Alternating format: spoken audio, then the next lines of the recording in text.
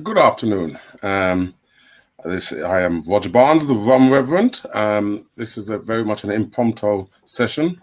I got a message from Grenada for a last-minute interview arranged with the head distiller at Renegade Rums, and we didn't want to miss the opportunity to get the interview. Particularly that we're all very fascinated in the work they're doing at the distillery, and I'll give you a little bit of background in a minute for those of you who are not in the know. But I'm sure some of my last-minute listeners will probably be much more knowledgeable than I am. It's going to be quite fascinating. Excuse the clutter in the background, and also excuse the fact that currently Lizette is in Grenada, setting up with the head distiller as he's finishing off his meeting, and she will join us very shortly. So I will give you an opportunity to have a chat with me and see whether we can sort of get any interaction from anybody who's listening. I'm going to see whether I could invite somebody on to see whether they want to join me if he's available. So let me click and see how quickly my internet is working today. So I'm going to see if Peter Holland's listening and see whether I can. God, the internet is so slow today. Why do you invest in fiber optics and it's still very slow? You really wonder, don't you? Well, let's see. Oh, come on. There you go, Peter Holland. Let's see if Peter is willing to join.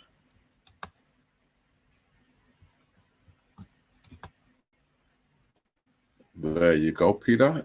He's giving a thumbs up. So let's see whether he's going to join me. Whether that means yes, he is willing to join, because I know Peter has been sort of following very much the whole situation as well down at Renegade. So he might even be able to give more enlightenment on Renegade. But for those of you that aren't aware, Renegade is actually the brainchild of Michael Rayner, who is was the man behind Buccleuch.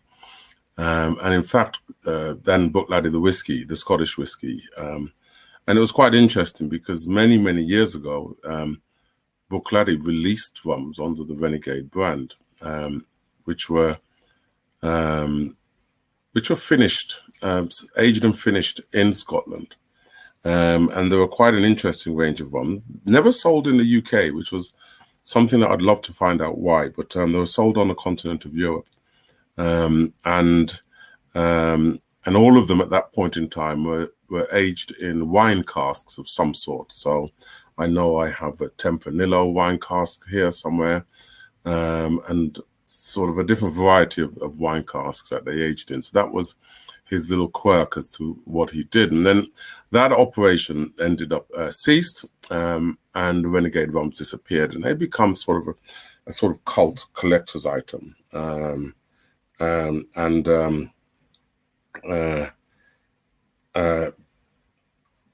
what happened then was that it was a passion of Michael to actually bring it all back and get the whole thing started up again.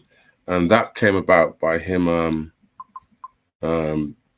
ended up building a brand new distillery in Grenada. And it took some time to get going, and particularly timing as well. Obviously, nobody could have predicted a pandemic.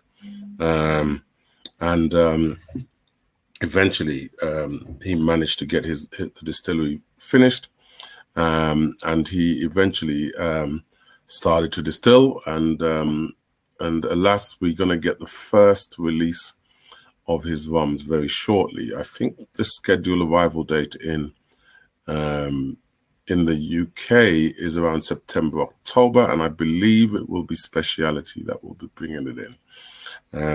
So they will be available through Whiskey Exchange. Now, the distillery actually, his as I said, his quirk before was wine, and I think his quirk now is cane spirits, cane rums. I don't know if he's got plans in the future to do any molasses-based rums, but he his focus is cane oils, particularly as well that he set up an organization alongside the distillery called Cane Co. And I believe it's a sort of cooperative of farmers who all are contributing to the whole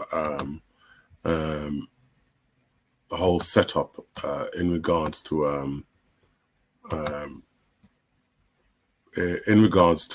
providing the cane in order for the rum to be made. And I believe Cane Co was set up as a sort of as I said, a cooperative, and I think the idea was 7 different varieties of cane, island wide, and the idea of island wide is it would be various types of soils, altitudes, and microclimates. So you've got 7 canes with a number of variables that will be supplying the cane juice in order for the distillation, and therefore, although the rum agriculturists do it, this is going to be a very interesting experiment because what that does is that it's going to give us an interesting way of comparing terroirs. And terroir is a term used in wine, and basically it's never usually used in spirits because, but it can be dependent on the raw material used. Molasses rums are difficult, and some argue that you can't get terroir, although you can if you're using wild yeast, I suppose. But the fact is that molasses really, as a byproduct, doesn't really carry any specific flavor profile that you would get from a cane rum because you're using the raw material, the sugar cane. So whatever variety of sugar cane you use, it's going to give you a different flavor profile. And we've seen that with rum agricoles, where you get releases of red cane, blue cane, yellow cane, and so forth, cane grease, and a number of different releases. And also, we've seen in rum agricole, over the recent years, introductions of what they call parcellaires. And parcellaires are rums where all the cane has been taken from one particular parcel of land or plot, as we would say in English. And that way you get an idea of terroir, because obviously a different parcel of land is in a different location. Each location may have different soils, microclimates, altitude, and so forth. And obviously altitude means different levels of rainfall, sunshine, and so on. And this affects the crop with any crop. And therefore, if it affects the crop, it's going to affect the flavor of that crop. And that flavor of the crop is going to come through in your distillation. So what we're going to get out of Renegade is this release of 5 single farm rums. And I think I showed a picture of, if I can call it up again, of some of these single farm rums that are going to be released. And it's going to be quite interesting. I haven't had a price point yet in terms of, I don't know if anybody's online has more information in regards to price than I do. There you go. Sorry, I'm just plugging in my spare screen. But I don't know if anybody's got an indication of price. I think somewhere along the line, I heard a rumor of somewhere of £50 for these, which would be obviously quite a pricey investment for an unaged rum. But this is where rum is moving. If you want something of quality, you will pay for it. And we've seen the sort of rise to Velier with its Habassian Velier, Le Maison. Sorry, no, it's actually the Habassian Veliers, where we've seen some of the whites going for €60, and we've seen with the Clarin some of the 40 quid. So this is already happening within the world of rum.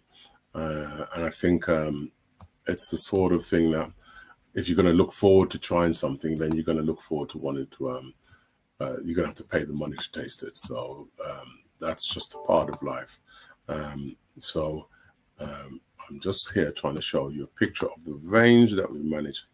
I managed to find online. So this is not my picture, but whoever it is, I'm sure they won't mind me sharing it. So we're going to choose that one, and let's put share. And there you go. So this is 4 of the 5 of the single farms that are going to be released, and they've. I think I'm not sure whether that's the. If I can give you a close up of some of the others, let's see if I think it's this way. There you go. So there's one of the bottles. I'll expand it for you a little bit. There you go. So that one's from a single farm origin and pearls, which I assume is either the farm or however they're going to. I don't know how they're planning to describe the names. We have very little information on that. And then there was another one I had here. That's this one called New Bacalet. And if I grow that one a little bit more, these are all pure cane rums of a single farm. So I think one of my colleagues is going to join me briefly just to have a quick brief chat. And so therefore, it's going to be a fascinating project and something new, because we very rarely get difference, we should say. Well, that's a bit unfair to say. We get difference in the rum world because obviously we get a lot of creativity, innovation with the different types of finishes and different types of aging, blending between pot column. But this is maybe a little changer in terms of what we've been used to, that somebody's come up with a sort of quirky concept of trying to cross that barrier between what rum agricoles have been doing, but because the rum agricoles has such a dominance in the French market, it's going to be interesting that a rum that's produced in the English Caribbean is going to probably focus more on the English-speaking markets, like the UK and the US, but also obviously it's going to challenge the dominance of rum agricoles in the French market. So it will be quite an interesting project. And also, knowing Michael, we're going to get rums. We're going to get rums of a different style that is going to give us a little bit of difference.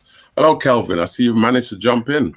Yeah, I just wanted to come through and see a little bit about this new product. I did a little research quickly, and yeah, I'm not going to stay long though, but I'll stay. No. Well, I've actually it's Lizette's show, so we're just waiting for Lizette to set up and waiting for the head distiller to. So they're not finish on yet. No, that's to finish his meeting, and then obviously once Lizette goes live, then. You and I can go about what we've got to do for the day, because I've got a busy day ahead of me still. Okay. But what did you find out? What research were you able to dig up? Well, I was just at work. It's just literally just the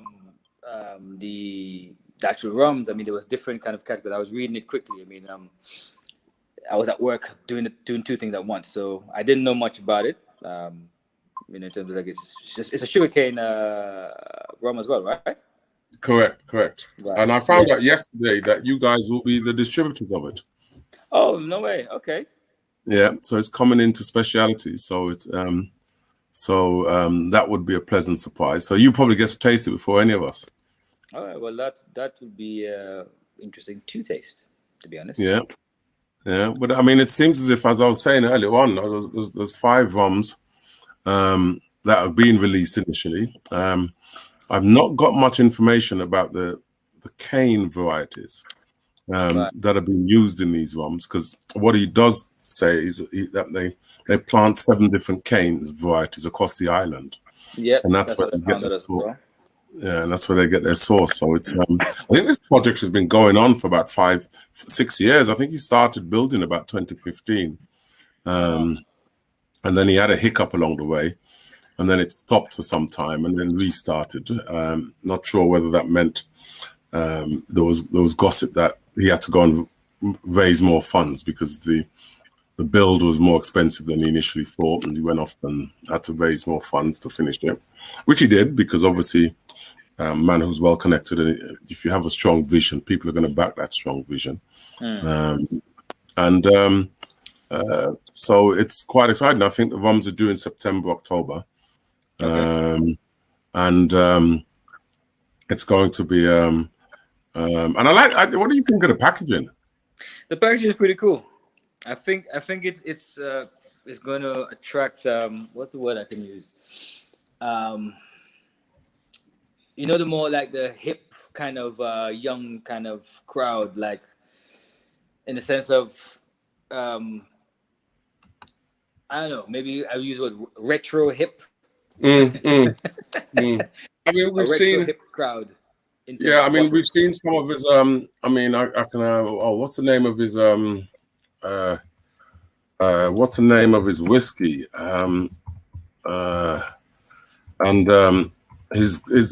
His packaging is very cool. Waterford, that's the name of the whiskey. And I don't know if you've ever seen the packaging on the Waterford whiskies. But let's see if I can bring up a quick image of. But he's that sort of character, if you know what I mean, in terms of trying to. Let's see if I can just save a quick image here. There you go. Is that sort of character that has save image as that he likes to do these weird and quirky things, and I think nowadays, well, not nowadays. I think it's people are getting more attractive to this type of thing, aren't they? People buy with their eyes, you know. Yeah, exactly, and that's exactly. I mean, there's the new packaging of East London Liqueur Company. They have a new packaging with their gin and rum. I mean, they've got a blended rum which I haven't tried. It's Jamaican rum. It's Hamden and Long Pond, I think it is. Right. And the packaging is. I sold that clearly on the base. The guy liked it clearly on the base of the packaging. Really? Yeah. He literally said, my eyes following on that. What can you tell me about this? When I told him about it, he actually said, yeah, because the packaging. I like the packaging. I like the label. I like the way the label is. I was like, okay, so labeling and packaging does work. Let's put it that way. Yeah. It's the old marketing secret, isn't it? If it doesn't look good on the eyes, then you're not going to buy it. No, yep. And I was surprised that the guy, his eye fell on it before I even told him about it. His eye fell on it, and then I explained it, and then he said, "Yeah, you know what? I'm going to take that one," and that's it. Oh yeah, we have that. We have that one in the store as well. So that's another one of his. So that's his type of packaging. That's him as well, Waterford. Okay. And you see, he's still using the same term, single farm origin for the whiskey.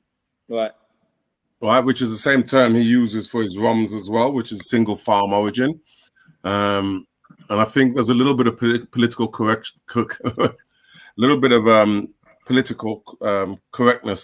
going on there in the use of the word farm, because we've seen a little bit of outcry from some people when you use the word either plantation or estate, right? That it has connotations to obviously days that people would like to forget.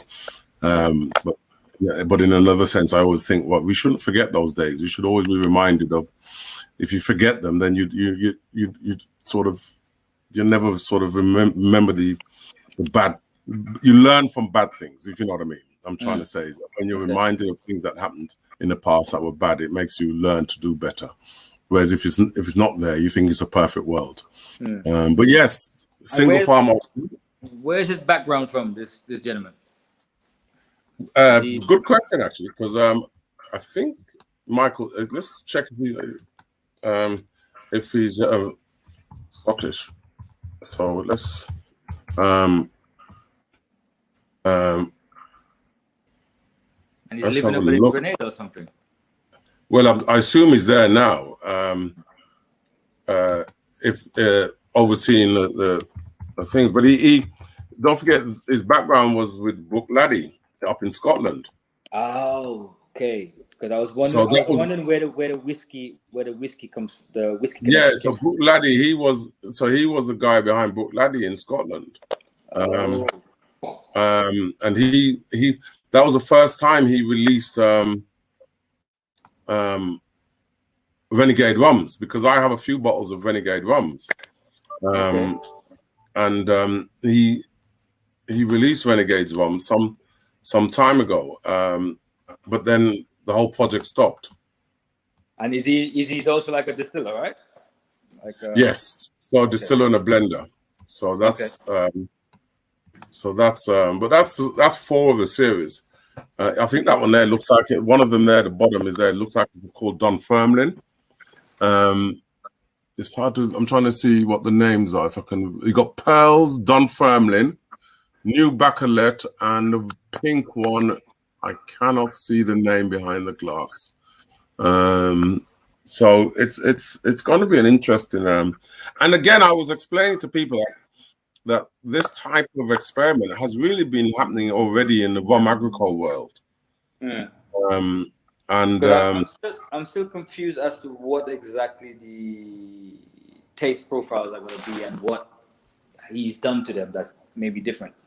Well, I think what he's trying to prove here is that if you grow cane, different varieties of cane, then they taste different. And if the same cane is grown in different parts of in a different microclimate, it's also going to taste different because it's going to grow with different soil, different rain, different sunshine. But that's what the Paz is doing anyway. The Paz is where the distillery is in Martinique. It's on the volcanic area, so the soil is what's the word? Fossil soil. So it has more. The cane has more sugar than water. And then they also use the blue cane, the cancanelle, which is the cinnamon cane. So that makes what the Paz's rum tastes different. So it's a similar kind of thing he's trying to do there. Yeah. So I think I said earlier as well that I felt as if that there was this although this project seems new and quirky, Rum Agricole has been doing it for some time. But the difference here is that Rum Agricole doesn't really have a massive reach outside of the French community or the geeks. Right. So whereas he may be trying to push it towards more mainstream. So it'd be interesting to see how well or badly it's received. But I mean, and also there's going to be the natural comparison between these and its Rum Agricole colleagues, because obviously they're produced in different regions. Yeah. All in the Caribbean, mind you, but at least I mean, this is Grenada. So it's going to be quite interesting to see. Let's see some of the comments quickly. Let's see. I've got to run the rush. So. All right, then, great. Thanks for joining quickly. No problem. If anything, I'll try and join in later, a little bit later. So when she's on, in 10 minutes? Hopefully, yes. Okay, I'll try and drop in again if I can. Yeah. All right. All right, no worries. Later, no worries. Bye. Yeah. Thanks for that. So, welcome, Christina. Thank you, Peter Luca, Nick. Oh my God, I haven't spoken to you in for ages. Marita, why aren't you at work? And you've already met them, so you're a step ahead of us. The packaging, I agree, Nicholas. The packaging is really cool. Ruben, the bottle looks like a cross between Waterford and the Book Laddie Renegade bottling. In fact, it looks very similar. It's a shame I can't find one of my Renegade bottles. They're all packed up at the moment. But I remember the old Renegade bottle was quite similar, but the old Renegade bottle was a little bit more rounded, and it was frosted. I don't know whether I'm a big fan of this bottle, to be honest. Don't know. I'm not convinced yet. But yes, I showed earlier on Ruben the Waterford bottle because that's his style, that's his footprint as well, because that's all part of his project as well. George Brown says, of course he's Scottish, Roger. Where else would you find such talent, George, eh? Only in Scotland. Oh, sorry, except in football.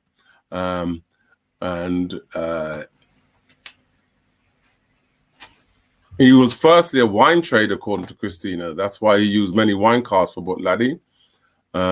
Is he from Dunfermline, George? Can you reconfirm that as to why he's named one of the rums from Dunfermline? Yes, you can watch this on YouTube as well. We should be live on YouTube. So I'm very well, Ruben. Thank you very much. Hello, Keegan. Still working from home, no doubt. Or are you sneaking in a quick look? And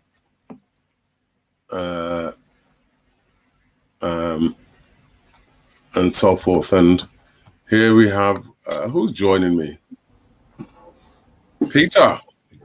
Hey man. I don't know whether you needed like a little bit of fill-in time, like while we're waiting for thing to Lizette to kind of take over. But like I kind of like I'm this is one of the most interesting projects I've had for a long time. I know we keep saying this on live and stuff like that.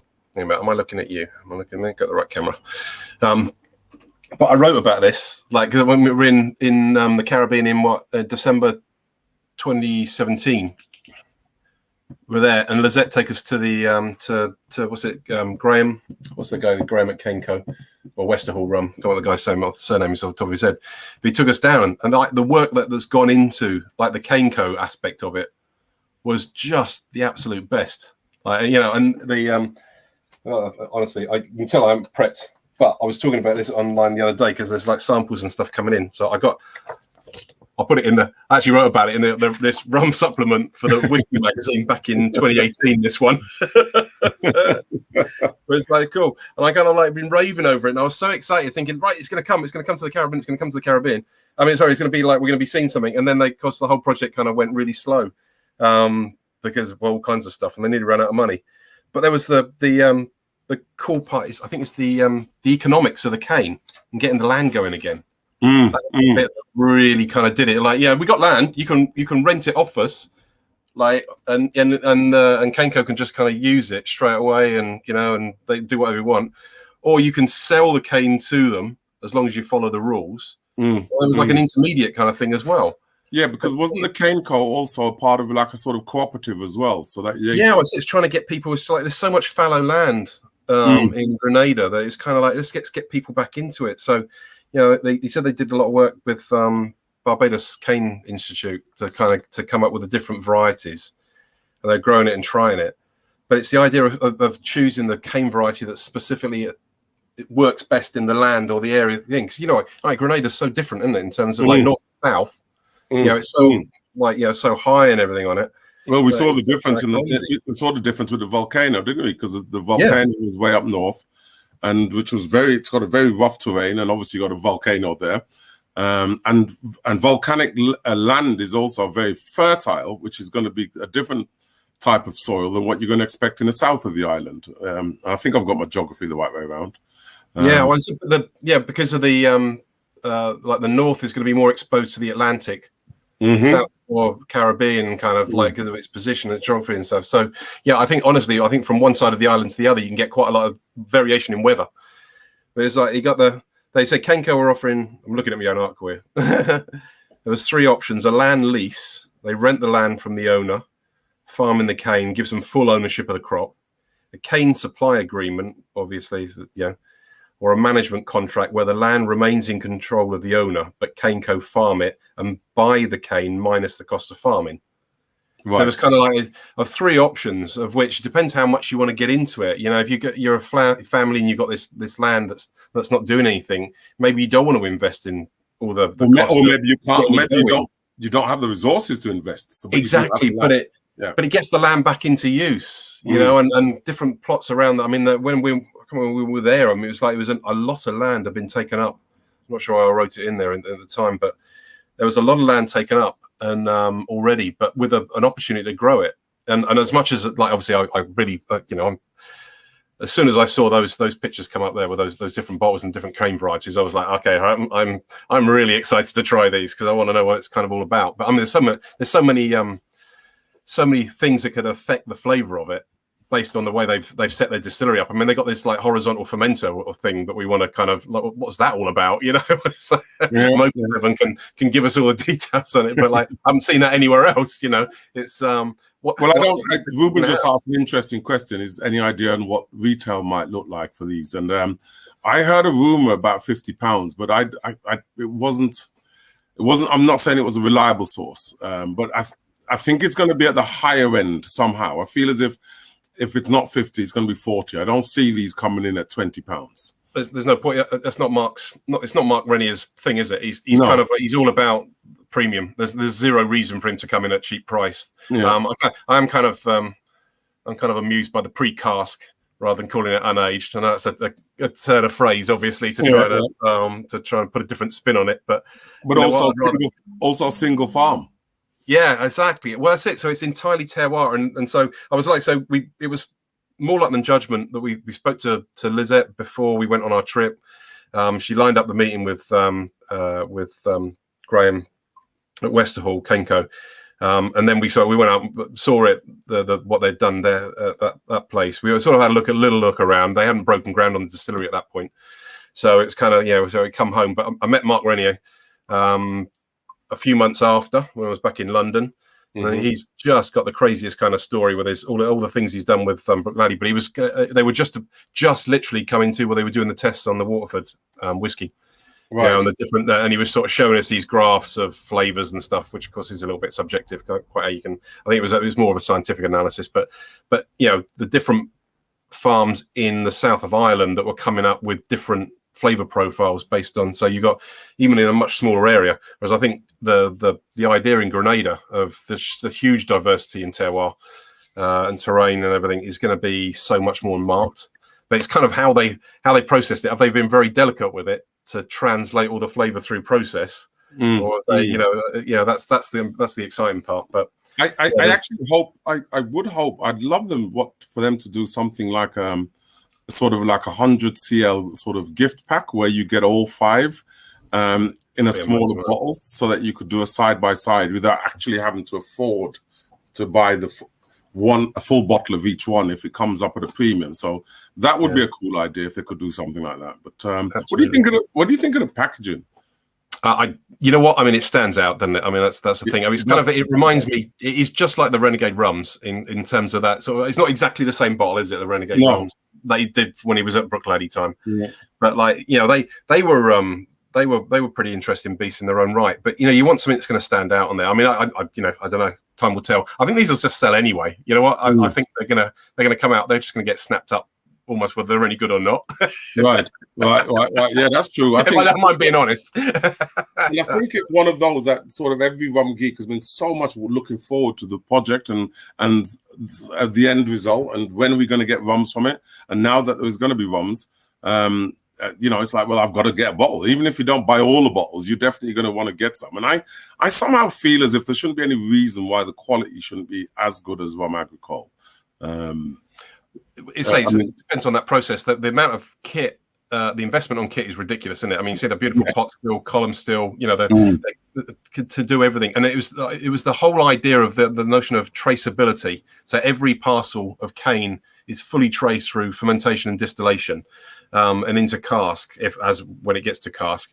And I mean, to be fair, the fact that he's released the unaged is cool for me, because I want to taste what the spirit tastes like. I'm not fussed about it per se.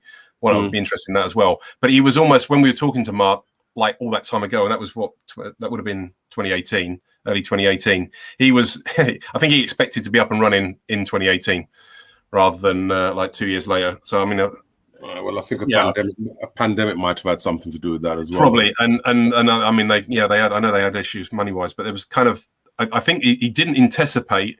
At that time, he wasn't talking about releasing unaged. He was going to just go straight to aged stock. That's what I mean. There might be a pressure on trying to get some income in anyway, based on the level of investment. But I mean, he had a lot of money when he sold Bruichladdich to invest in this project. So it's no small thing. No, honestly, I think if he can make a success of this, I'd love to see it rolled out in other places in the same sort of idea. It's not so much like him and the distillery, but the idea of land use. Yeah. Well, the idea of I mean, it's such an antiquated idea of a cooperative, and it's almost fell away with socialism and sort of communism in terms of people's views towards things like cooperatives. But it got in somewhere like the Caribbean, where there is so much dead land and there's no incentive. other than government incentives to get land working. And we know government incentives invariably don't work because you get bogged down with bureaucracy and paperwork and so forth. A lot of these people, they just can't be asked to get involved in that. Whereas with this type of project, you've got a private investor who has a private interest. So he's saying, listen, I'll help you, but you're helping me. Right? I need that crop. You know? But this cane, if you're going to grow the cane and supply cane, then you have to make sure you're not using any chemicals. It's got to be fully organic and all the rest of it. It's got to be and you have to be completely in check with that, because he doesn't want any kind of messing around. It's like, it's almost easier to like, well, okay, here's the land, you come and, you know, farming is an issue, isn't it? I mean, like, you know, in the Caribbean, you could have a hurricane could roll through and wipe out, you know, a lot of, wipe out everything you've worked for to bring up. But, you know, but I think there's a lot of cane. I think there might be, you might answer this one better than myself or any of the others out there, but like, I think there might be a connection between seen to be working on cane fields, may not necessarily have the best publicity about it. You don't want to kind of hark back to the previous centuries and slavery and the like. But if you've got, you know, if your family or you've got land, you know, and there's an opportunity to make money from it where it's just sitting in fallow, then it's like, well, you got to take it. I think money will start talking, won't it? At some point, people will go like, you know what, let's use it. The most important thing is the opportunity to work, because the opportunity to work means there's an opportunity to have revenue, and if you have revenue, it means you can not only feed your kids, but you can educate them as well. So you look at the positives. Right? Yeah, well, I'd hope so. But of course, I don't have the things that are going to. But you do. I try and look at the positives, and there are everything. There's always going to be negatives, and you know, people sometimes spend too much time harping on the negatives and not really looking at the benefit of some of the positives. I always, you know, it's glass half full, isn't it? Honestly, I think I think we've got a situation around the world where I think that the people in the countries don't necessarily view this. I mean, this is going to be an export product, almost guaranteed. I mean, like the vast majority, you know. It's like, I mean, there's a story that's played out a bit in Madeira, where the people at the local market don't necessarily value what they've got there. They've got this fantastic product, but they don't necessarily, you know, they want it for an inexpensive price because of how they're going to use it. And you send it overseas, and people are like, wow, this is amazing. This is you know, and I think it's the same opportunity we got here. But in the case of this, instead of starting at ground zero and just going, well, we've got an agricole style rum, cane juice rum, go straight in with full terroir and traceability. I mean, like, this is like we're gonna skip straight over that. We're gonna shoot right up to the top. I'm gonna give you and then if I have to work my way downwards, then I'll worry about that later on. Make some blends or whatever if necessary. But like, I mean, but honestly, it'd be I mean, the proof's in the drinking. But you know, we've got to find out whether it's any good, whether it's been processed well enough to and I'd like to think, because I said earlier on, and I don't know if you heard me, but I mean, what he's doing here, it's been happening in the rum agricole world. The rum agricole world are going to say, well, look, we've been doing parcellaires and a variety of canes and so forth. So we have been doing this, but I think this message may well be stronger in a sense of, I think his reach will be different rather than just aiming at the French market. I know France will be the first European country, I believe, to get it. So he's obviously backing himself to go up against the rum agricoles. That sounds like Mark Renier, to be fair. I mean, like, he's not shy at putting himself forward. He's obviously backing himself. And also, what a great point is that if he's taking over supervision of the farms, that's something that the rum agricole people don't necessarily do, right? They just get the cane. So anyway, Lizette is here, so we'll get Lizette on board. Oh my God! right, I'll say goodbye. Right, thanks very much. Hi, Pete. How are you? I'm cool. Good to see you again, Devon, mate. It's been a very long time, sir. Very, very long time. Yeah, many years. Right. Leave you to it, guys. Ciao, ciao. All right, then. Take care. Well, Lizette, the floor is yours. Hello, Devon. My name is Roger Barnes. In social media knows me as the Rum Reverend. I've been hosting Caribbean Rum Chronicles right through the pandemic with Lizette. As we get back into normality, we've sort of all got bogged down with getting back to work and earning a living again, but we still try and do another show. So anyway, Lizette, I'm going to stop talking and I'm going to leave you to it. Thank you, thank you. So I want to introduce everyone to the man behind this inaugural collection. His name is Devon Date, a proud Grenadian and an excellent distiller. And we've actually got an even bigger bonus with the lady distilling team. So I'm going to invite them, if you don't mind, just to say hi to everyone. They're all going to come and visit Renegade Rum and they'll want to know who's who. So I'll start with Camille. Camille will just come over and introduce herself, and then Devon and I will get on with it.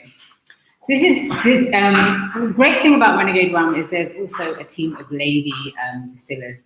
And so there aren't many distilleries that have really focused on women being a part of it. And me being a woman, I'm very excited about this. So Camille's just going to introduce herself to you all and just let you guys know the part that she also plays in the distillery.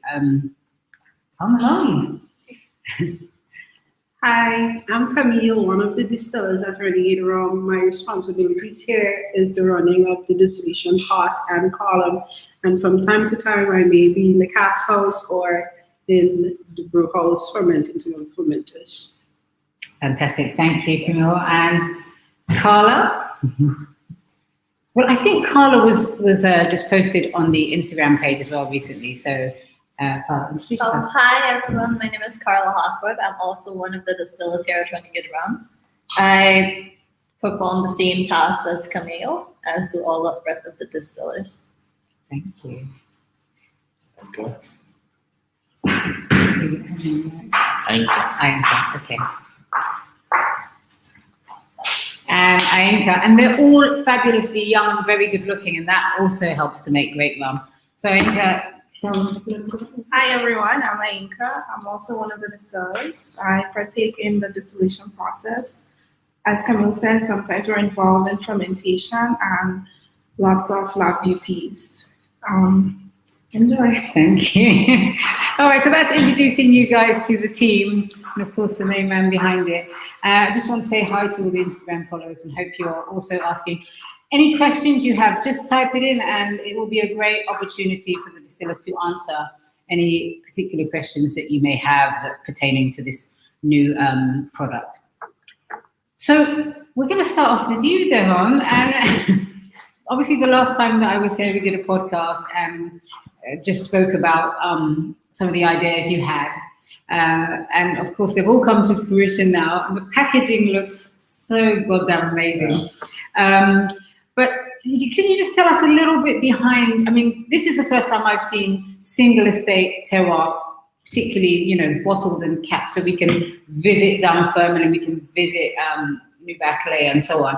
But just tell us a little bit about some of the thoughts that went behind it. Well, the thought that went behind it, of course, it was a concept that was brought to us by our CEO, Mark Renegade. And he has thought of the concept of terroir in spirits production. I mean, it's proven in wine. In whiskey, it's proven so we said, why not rum also? Because, I mean, talking about the provenance of rum, of course, most rum are 95 plus percentage of Caribbean rum is produced from molasses. And where the molasses come from, of course, because of the market, you may have molasses from Santo Domingo, Panama, Guyana. I mean, I've made rum from all different countries. I know you have. But in terms of where the molasses would have come from, we'll not speak to the true provenance of the rum. Because at the end of the day, we have a final product, but the molasses source might have been Guyana or Brazil. So let's say the origin of it. Right. So we're thinking that in the case of rum at Renegade Rum, what we decided to do is have our own source of raw material. So we have true provenance. So we have transparency in the production. And when Mark Renegade comes up with a concept of terroir and how each microclimate, each soil type, each variety, how it affects the final product. I mean, there's an idea that we say, well, let's see how it works. Let's see if we could prove it. We know it is in wine. We know it is he's proved it in whiskey now. Let's see what happens with rum. And this is the best way of proving it in terms of having those precast rum, because after you know You make the spirit, you might put it in barrels and you age it. The barrels, of course, and the cask will add their own components to the final product. But the best way of testing that the terroir and the different varieties of cane so actually give you a different rum is before testing before you put it in any barrel at all. Absolutely. So hence we decided to come up with our first pre-cask. So the objective here is to show that we have 5 different farms, of course. And when we talk about terroir, we talk about it's a little French word that a lot of people find difficult to spell and say, but it speaks about the microclimate, the soil types, and everything that affects what grows in a particular area, the type of soil, the weather, the rainfall patterns, the amount of sunlight it gets, and so on. So we have weather stations and so on, each farm measuring all those microclimatic conditions to say what. Wow. Well, I didn't know that they had weather stations on each farm, so that really helps them to keep the transparency and be accountable for the terroir. And I guess monitor the patterns that happen within these microclimates. And all of this information is the first time I've seen it being done like this in rum. I mean, there may be some listeners who may have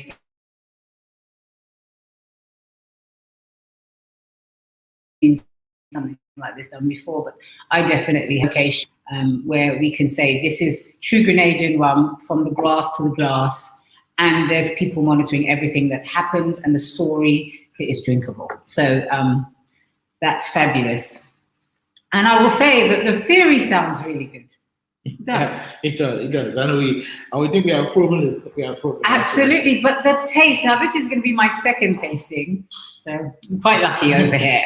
I'm such a shame that you're not in Grenada, but this is going to be my second tasting, and I will say that the first time I tried it, you know, Mark chewed my ears off telling me about how all the different things should affect this, should affect that, but it's until you taste it, you can literally taste the differences between each estate, and that was exciting for me. And the precast, as everyone was saying, allows you the almost it's like a purity or a clarity. It's had no interference, no other components added, so you're literally tasting the true product. So I don't know wherever you are in the world, but if you can get hold of these bottles, and I will be putting up a list through Caribbean Rum Chronicles and on Rum Boat Retreat, we'll be putting up a list of the places that Mark is shipping it to. I think it starts off in Europe, and then you guys can purchase this first tasting.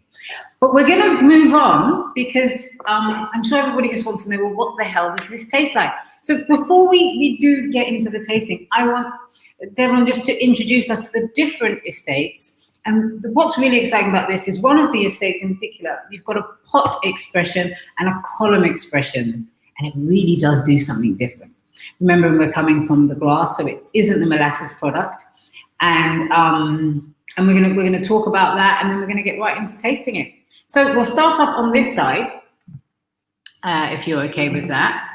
And I'm gonna hold the bottles up so that people can actually see the packaging, because the packaging is also a really exciting part of this bottle. I don't know if anyone knows the original Renegade.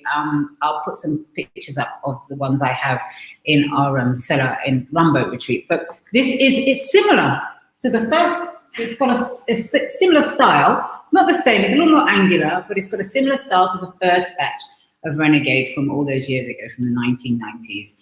So I guess it's reminiscent that Mark's tried to keep that going. But this time it's lighter, brighter, and more vibrant. It looks more Caribbean, I would say, less whiskey-like. You've got these lovely, colourful tops that also double up into a decanter. I think you take the rubber off and then it becomes a decanter.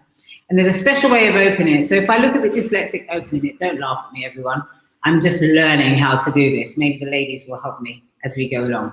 So first of all, we're going to talk about the Dunfermline. And as you can see, really brilliant colours. And on the back, the traceability. You've got, you know, talking about the single farm origin and the rainfall and all of the other interesting parts. Maybe Devon can tell us a little bit about the Dunfermline estate. Well, Dunfermline estate is just a couple of miles south of the distillery. Actually, King grew in Dunfermline estate before. Back in the 70s or 80s, there was a Dunfermline rum. That's right, yeah. Yeah, but there was a pot expression. So however, that distillery no longer exists, Dunfermline rum. So we now plant cane on that estate, and that cane, I think the variety is the Yellow Lady. That came from down from the estate. It's just a little south of us. The rainfall pattern there was a little bit more than what you will get in the south. So we chose to do a Dunfermline pot and column, so we could also show the world the difference between the two expressions. That if you distill the same from the same estate, the same variety of cane, same fermentation and process, but different distillation process, you will understand that a pot expression has its differences in column expression. Right. And were these all harvested at the same time? Do you have were some of them a little more ripe than others, or did give a different flavor, or do you know much of the? Actually they are around the same age. They are around the same age. I mean, what we control here to prove the theory, to prove our hypothesis, to try to maintain this fermentation period for each expression to be the same. So let's say if it is 48 or 60 hours, we try to have a constant. We keep all the variables here constant. The fermentation time, so that all goes to the pot, and for goes to the column. So the fermentation is the same. The harvesting date is a bit different, but the age of the cane is around the same time. Brilliant. Has anyone got any questions about the Dunfermline estate? I think hold on a minute. I'm on private chat. Right. There's loads of questions. So sorry. Hi, everyone. It's really good that you're excited about this. I'm just going to go through the questions before somebody's jealous of me. Yeah, I'd be jealous of me too. What would you like to know about the distilling team? Let's do. Okay. Somebody, Ivar, wanted to know what you ladies were doing before you joined Renegade. So very quickly, were you all distillers before joining here, or no? Right. So what did you do, Camille? I was a science teacher. Okay. So Camille was a science teacher. No, I worked at Coca-Cola as an integrated systems coordinator. Right. Okay. And Carla was an integrated systems coordinator at Coca-Cola. And I was a science teacher. Okay. And Ayanka, sorry, was a science major. Right. Brilliant. So we've got a brilliant team of minds. And Devon, I think everybody here knows Devon. If they haven't met him, they know of him. And Devon, give us your long list of the things you've done. Because I know Devon from Clark School, as everybody else probably does. But tell us a little bit about your education. Well, my background is in chemical engineering. So my first degree is chemical engineering. Then I have a environmental engineering degree, and then I have a process analysis degree. So I went into the rum industry maybe about 15 years ago. Yeah, and as a young engineer, then as a chemical and process engineer, then I fell in love with understanding the engineering part of the process. Then what could I have done as an engineer to enhance the profile of what is produced from those things, or those kits, right, those equipment that we design as engineers, and hence end up as a distiller also. So great. Just an end product. So the distiller is just the sugar, it's just the cherry on the top. Peter is asked, what's the benefits, advantages of the horizontal fermenter? Yes, another fabulous new age component that Renegade Rum has. So he wants to know about the horizontal fermenter and why it's advantageous. And I hope they've picked that detail up correctly. Oh. Yeah. Well, we most time in the rum industry use the vertical fermenter. We have two things. We have a 40 or fermentation tank of 40 feet in height if you put the standard. For one reason, for safety of installation, we decided to go to make this nice wine rack, where we have the horizontal fermenter. So we believe that the horizontal fermenters will give us a better surface area to volume ratio for the yeast, and so to react in that fermenter. I mean, can you imagine having a 40 feet fermenter with the yeast cells at the bottom and what happens at the top? Right. Especially if you're talking about a bottom fermentation or a top fermentation yeast. So we believe that the horizontal fermenters give us the luxury of the yeast being happier, having that a larger surface area to hold on face acting in that fermenter. Even the recirculation will be less head to go up. Right, it's a shorter distance. So we believe that we will have a happier yeast, and a happier yeast means a happier rum. Did you hear that, guys? A happier yeast, a happier rum makes happier people drinking it. So, Peter, I hope that answers your question. So we're going to move on and keep asking your questions, everybody. Hi, Christine. It's really good to see you too. And everybody loves what you guys are doing. So we're going to talk and we're going to do a little bit of tasting now. Oh, yeah, right. I've got to open this down. Oh, I did it. Did it first time. Okay, so we spoke a little bit about the cane. It's a yellow lady cane, and this is the one I'm looking at right now. God, I can smell it from the bottle. Oh no, this is La Colombe Red, right? And this is the column. Okay, so this is the column. So I'm going to just pour a little of the column, but it's very pungent. Yeah.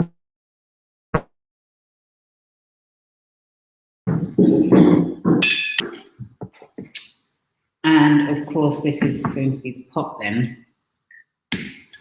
Both from Dunfermline.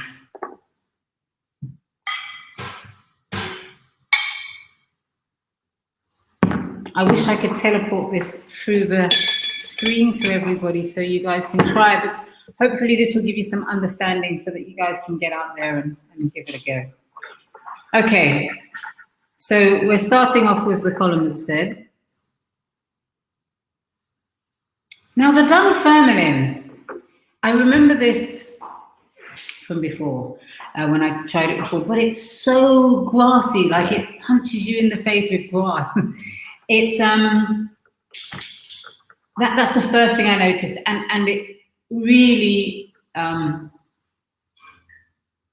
reminds me of a Clement that I tried some time ago.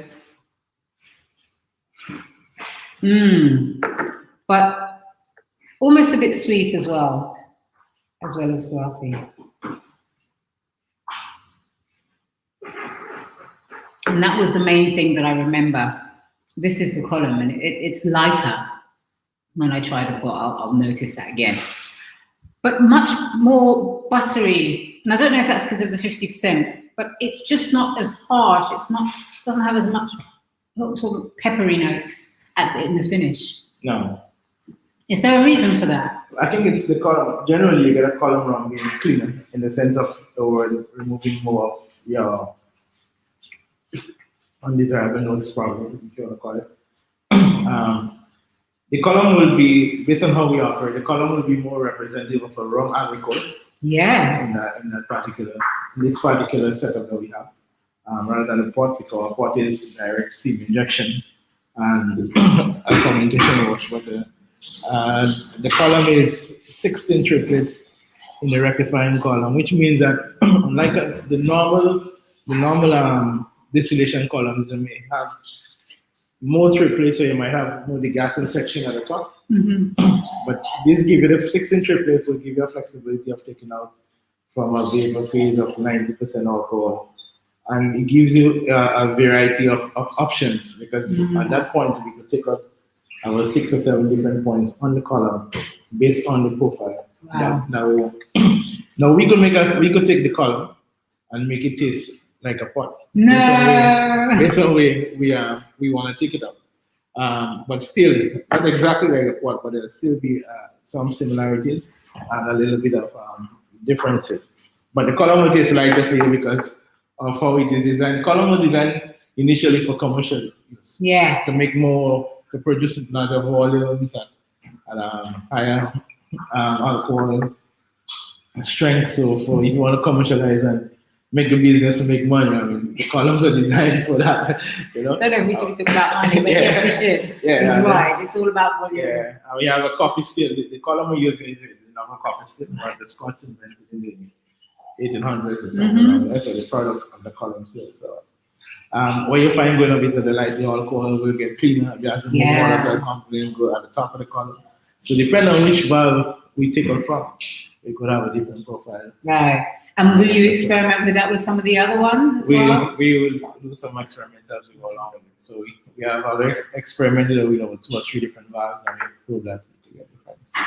So when I first tried this, of course, I'm a pot still girl, so I loved the smell and the taste of the pot still. But what I will say is that the pot still is almost like just turning the volume up on the column still. And so if you really want something concentrated and a real to add funk to your drink, then I would definitely recommend the pot.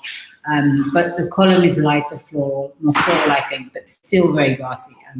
And listen, both of them would be great in something like a teapot. So we're going to get on to the hot still, which is just, it's so robust. Like it's, really, really grassy. And this is at 50 as well. So they're all at 50, which is really good because you can taste the differences. There is little in it in terms of the smoothness going on. I actually think this is just as smooth as the column, but it's just so much more like flavor. Really, there's more flavor. Yeah, really more punchy flavor. So you can tell the difference between the column and the pot, and that is really good for you guys who are doing rum tastings and events. You'll be able to quickly show your audience the difference, and it's noticeable. So that's great. Is there and it's a different cane, isn't it, as well? Are they both the same cane? Same cane. Okay. So both Just same. different expression of this. Right. Okay. So we're going to move on, and this is the old bacolet.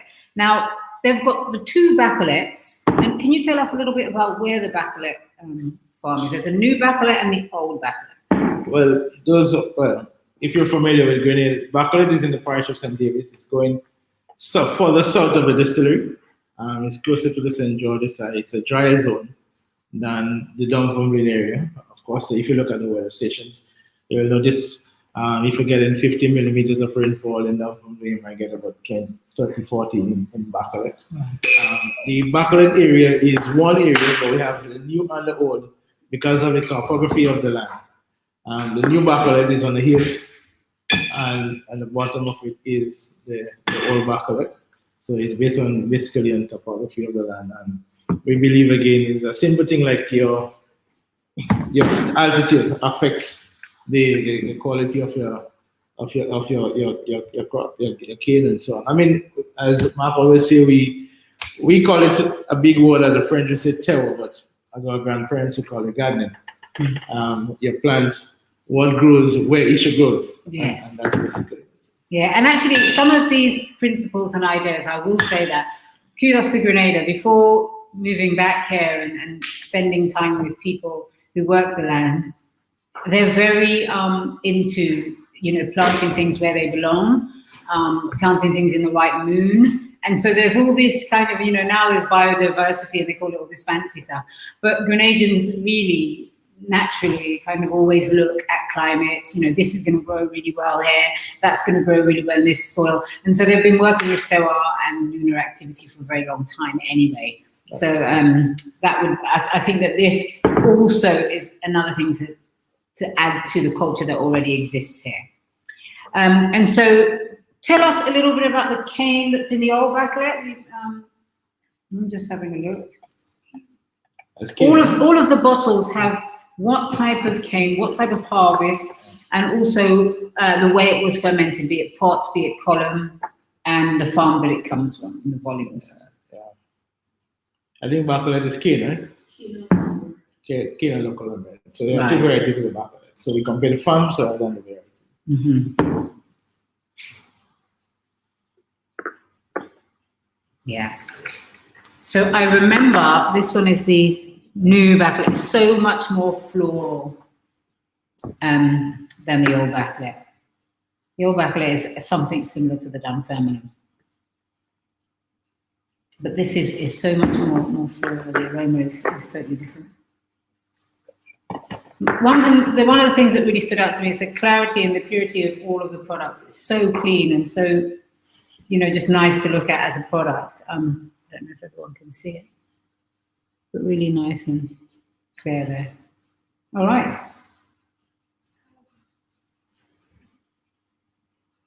It's a little more spicy, definitely, but you still get that grassiness.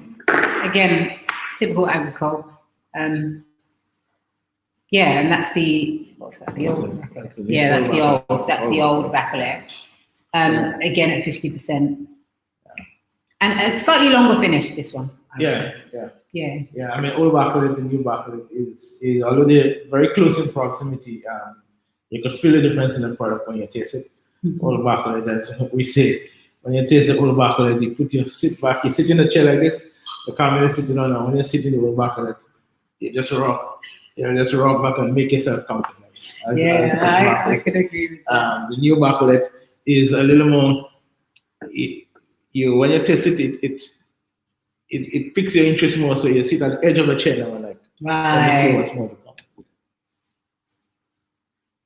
Well, immediately, the nose is completely different. So you are aware that they've got different, activities happening in different, even though they're one big massive lamb split apart, that you can see there's different things happening just from the nose. But also, I think that on the front, the taste is much lighter, less sweet. Dunfermline, I think, is the sweetest, in my opinion. And you guys will try it, but yeah, I like. One of my favorites is the new, just because the way it smells is completely different and it's noticeable. So we're on the last one. Well, this is the last one for now. So there's going to be so many more volumes, so much more land. There's some other introductions, I think, coming out as well. So this is like the inaugural collection. But this is Pearls. Now, if anyone has been to Grenada before and they've been to Pearls, it's a special place on this island because it has some planes, some old planes from the Revolution. It had our old airport on it, that area, should I say. And how far is this? Well, this is walking distance to the distillery. So this is walking distance to the distillery. To the distillery. Less than 5 minutes and you're walking in. Right. It's the Yellow Lady cane, pot still, again at 50%. Is there anything special about this particular one, or? Well, I mean, special to the people who live here because it's closer to the distillery. I think it's what we get from Pearls is, for me personally, one of the better notes from the collection thus far. I think people who is very particular about the nose, they would prefer Pearls. But it's as a farm that is very close to us, and good. Yeah, and I would agree with that. The nose is particularly different. Again, they're all completely different, which is very exciting coming from one company, and you've got all these different expressions of a pre-cask kind of agricole style rum. Is there anyone on Instagram who has any questions? Because everyone's joined, but nobody's saying anything over here. Come on, guys. No, nobody on Instagram has anything to say. Hi, everyone. If you're in Grenada or close, you should definitely come and try and get your hands on a bottle, whichever bottle you can get. And is there anyone on the Caribbean Rum Chronicles that has anything to say? Any more questions? Roger, are you there? Do you want to join us for the last tasting? No, he's not there. No. Anyway, can everybody hear us? Just making sure that we're still there. Just say yes if you can hear us, please. You don't want to be talking to no one. Oh yes, here we go. Okay. All right. So there was a bit of a lag. Yes, everybody's here. Okay. Are the fields harvested the same way, says Keegan? Yeah, harvested the same. By the same people. Okay. By the same people, all harvested in the same way, same start and monitored. When are the rums coming to the US? Do you know that? Probably the next pipeline, which will be around a couple of months from now. Probably in the next pipeline. Yeah. And Peter says, all I can say is please hurry up and get into my glass. And when are they going to be available in the UK? I know they'll be good. This is particularly was prepared for the French market. Yeah. Some of it will be we'll touch UK for sure. So I say by next month. Okay. Based on your connections Based on your connections, guys. Okay. So you got to know the right people. you will be able to get some in the UK. But the first batch was shipped to France. So if you know anyone in France, maybe you can probably get an idea. In Instagram, they're asking, where can you purchase these rums in Grenada? Will you be able to purchase them in Grenada? No, from this pipeline, not in Grenada, but we're hoping that the next pipeline will have some for the local market. This is the first pipeline that was requested. Initially, the intention from Renegade Rum was to produce the premium, the aged spirits. However, because people are asking about the project, we decided, and the French decided they want some to taste some. We sent some samples and they requested that they want X amount of bottles. So we know we cannot live on the local market, so next pipeline will have some. So the local market will have in the next batch. I am going to see if I can steal some from Devon at some point, okay? This is me being hopeful. And if I can, then I will invite all of my rum friends and family in Grenada to try some in an educated way so that we don't lose the foresight of what they're trying to do there. Because I don't really think it's the kind of rum that you just drink all night and fall down. Right now, it's not that kind of product, but definitely I'll see if I can steal some from someone somewhere. Yes, Charlotte. So we'll see what we can do. I'm not promising anything. With the crop, is the land mostly managed by the landowner or Kenco? Initially, it is not managed by Kenco. The initial idea was to get the farmers involved and get the plant and produce sugarcane. However, that didn't work out as we anticipated because of reluctance of farmers, and we ended up managing ourselves by Kenco, which we think is better for us because now we'll be able to control the varieties to prove our concept. Right. The farming practices have to be the same for all. We need to know what are the management cycles of the cane, what time we harvest it to bring it here and so on. So once we taking care of that, we know that we can manage and prove our concept. Okay, so you get it, Peter. It kind of, I think when Peter visited very long ago, it was going to be managed by the farmers, but as you can see, things have changed and this is probably the better way of doing it. Okay, I'm going to try the last one because I know everyone's got a million things to do. I'm so grateful and really appreciate that you've even taken the time to talk to our audience and the Caribbean people that are out there and the people of Grenada who have got questions about Renegade. Everybody's anticipating what's going to happen with this, and now they're actually seeing it coming to fruition. This, of course, is the pre-cast collection and the first pressing. But of course, as time goes by, we're going to start getting really nice aged products. I've just seen a load of barrels out there. Devon's going to tell us a little bit about the barrels that I've seen. They are looking so special outside, and maybe some of the girls. But let me just taste pearls and just tell you how good it is before we finish up talking about the barrels. The one thing I've noticed about Renegade rum, you could absolutely sip this on its own. This 50% works so well. It just doesn't have this afterburn. It's full of flavor. It's, as your first press, it's just really good. I'm really impressed with your first go at it. You'll probably fine-tune these and make them even better as time goes by with all the different estates, and there's more estates and more things. I can't wait for the one from St. John's. Is there one from St. John's? No. No! Not yet. Oh, there's not one from my area. Well, I know there's one like in the Cloget sort of. Is there one in the middle? No, there's one. We have Westerhull. We have East. Point. Yeah, we have most of the farms on the East Coast. From the south. You've got to change that. You've got to get something on the West. Something, even in between. Are we looking for land there? So? Okay, I'll sort you guys out. So yeah, so the nice thing is you can taste the whole of Grenada. And the website, Mark was going for me with the website, and you can hear the sounds of some of these caves and the bush that it's growing in, and there's so much fun that's been emphasized on this. So it really is exciting about the way that they're going about this. And of course, we'll be back at some point in the next pressing and then get everybody drummed up and more excited. But Pearls was very, very delicious as well, very smooth.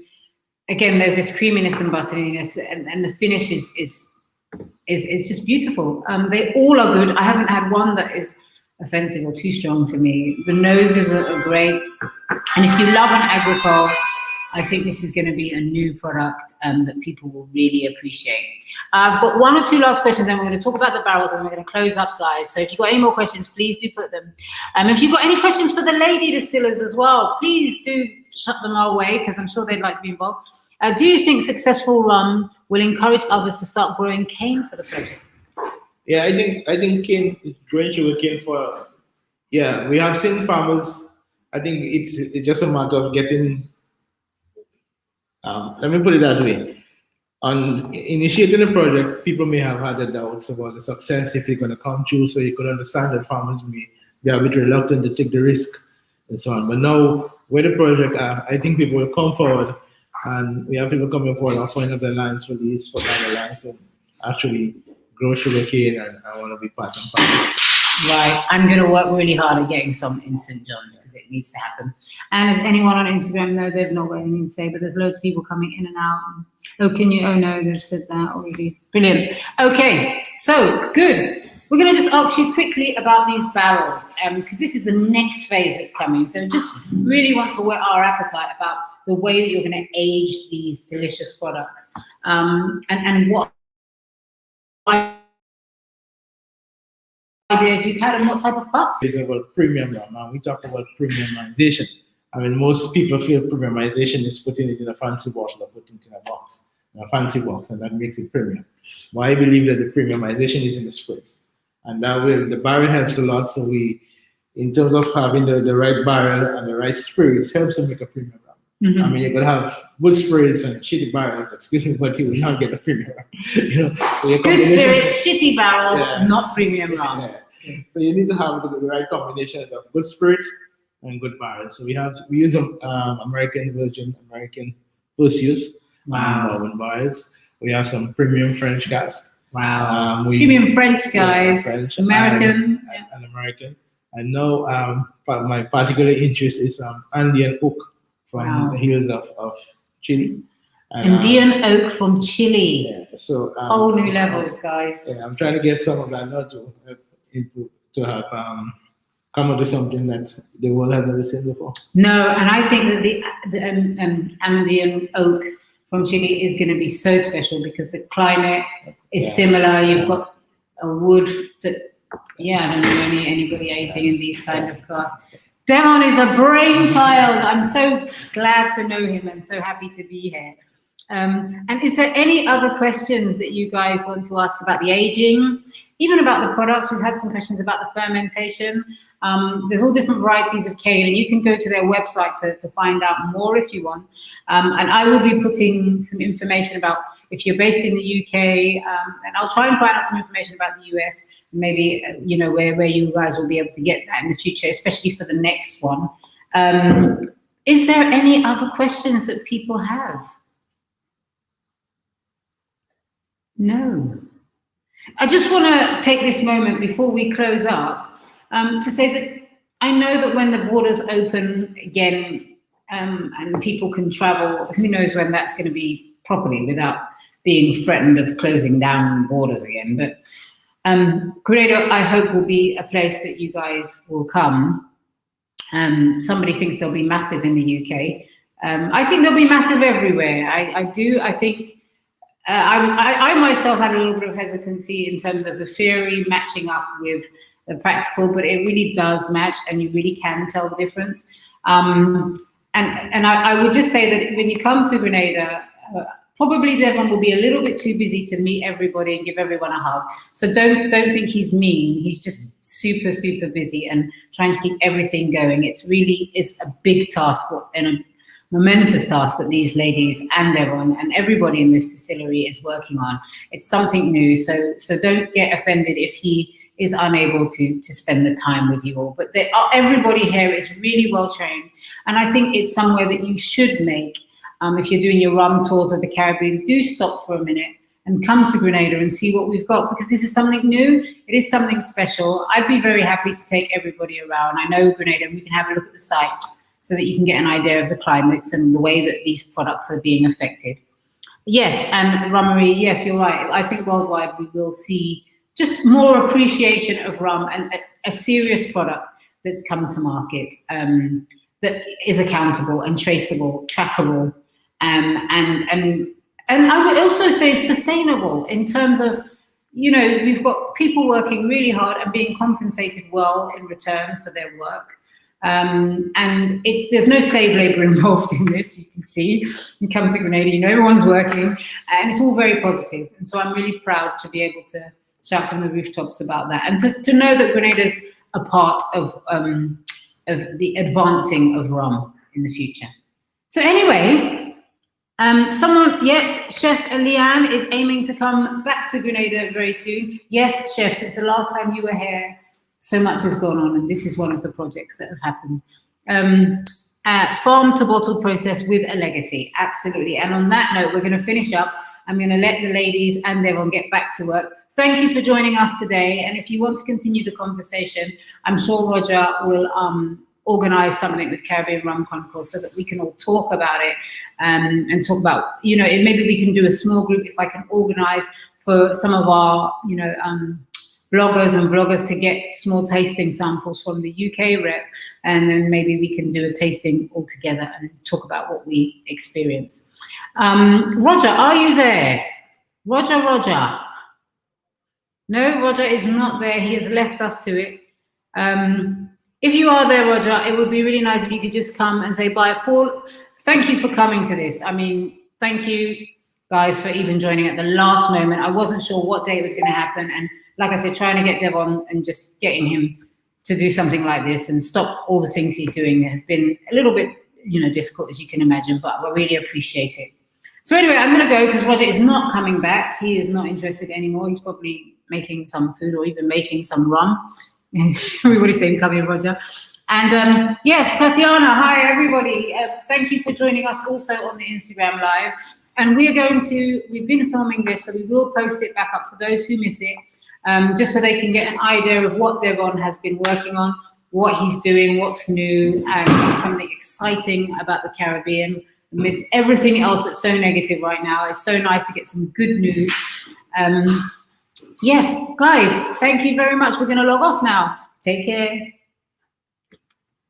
How do I turn this off? Here we go. And now, okay, and this one. Bye.